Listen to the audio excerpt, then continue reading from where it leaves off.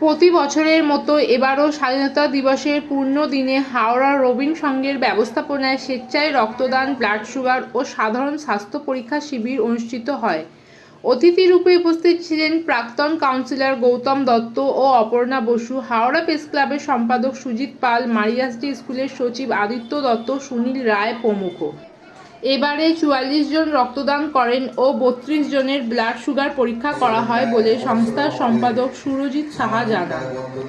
কিছু অনুষ্ঠান যেরকম করি আমরা, মানুষের যেটা সবসময় কাজে লাগে, সারা বছর যেটার জন্য মানুষ অপেক্ষায় থাকে, গুরুতর বিপদ আপদ ঘটলে পরে সেই অমূল্য জিনিস রক্তের জন্য যখন আমরা এদিক ওদিক ছুটে বেড়াই, ক্লাবের এই মহান যে অনুষ্ঠান, তার মাধ্যমে সংগৃহীত সেই রক্ত আমরা এলাকার সাধারণ মানুষের কাছে তুলে দিতে পারি।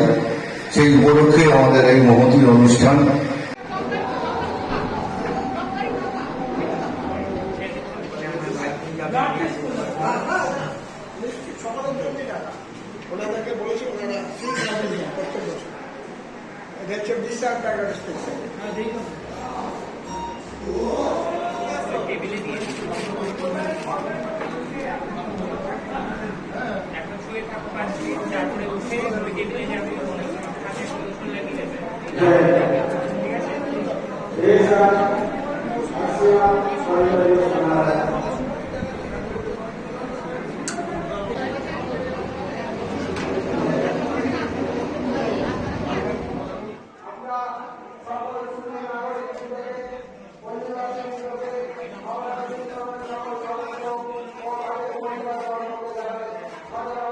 প্রত্যেকেরই রক্ত প্রত্যেকের কাজে লাগবে।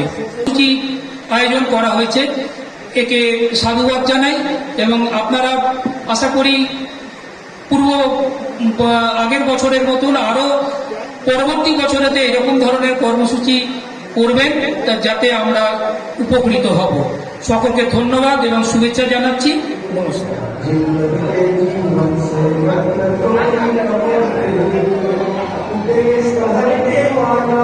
প্রত্যেকজনের একটা দায়িত্ব যে আমাদের নেতাজি সুভাষচন্দ্র বোসকে কেউ যদি ছোট করে, তার দেশ, তার মাতৃভূমি, সেটা আমরা মেনে নেব না। আর আমি কম বয়সী ছেলে হয়ে বলছি, একদম বাচ্চা ছেলে হয়ে বলছি যে আমাদেরও আবেগ জুড়ে আছে।